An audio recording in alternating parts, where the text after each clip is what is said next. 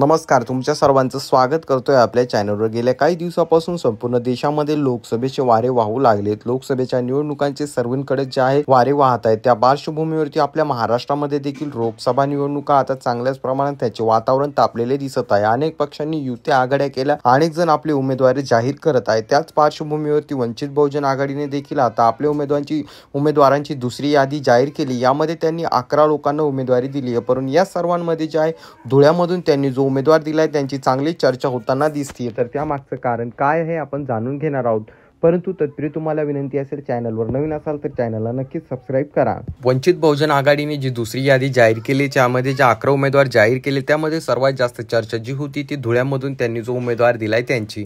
कारण धुळ्यामधून वंचित बहुजन आघाडीने जो उमेदवार दिलाय तो निवृत्त पोलीस अधिकारी आहे, म्हणजेच IPS अधिकारी आहे। त्यांनी या अगोदर पोलीस महासंचालक म्हणून देखील कार्य केलेलं आहे, त्यामुळे सर्वांचंच या गोष्टीकडे मोठ्या प्रमाणात लक्ष लागून आहे।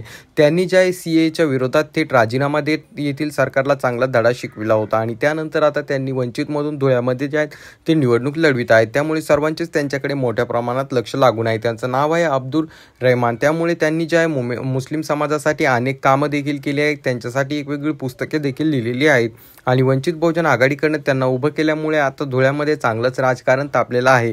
कारण त्यांच्या मागे चांगला मोठा मतदारसंघ त्या ठिकाणी उभं राहणार आहे असं बोललं जातंय। वंचितचं वलय देखील त्यांना मिळालेलं आहे। तरी तुम्हाला याबद्दल काय वाटतं खाली कॉमेंट करून नक्कीच सांगा। चॅनलवर नवीन असाल तर चॅनलला नक्कीच सबस्क्राईब करा।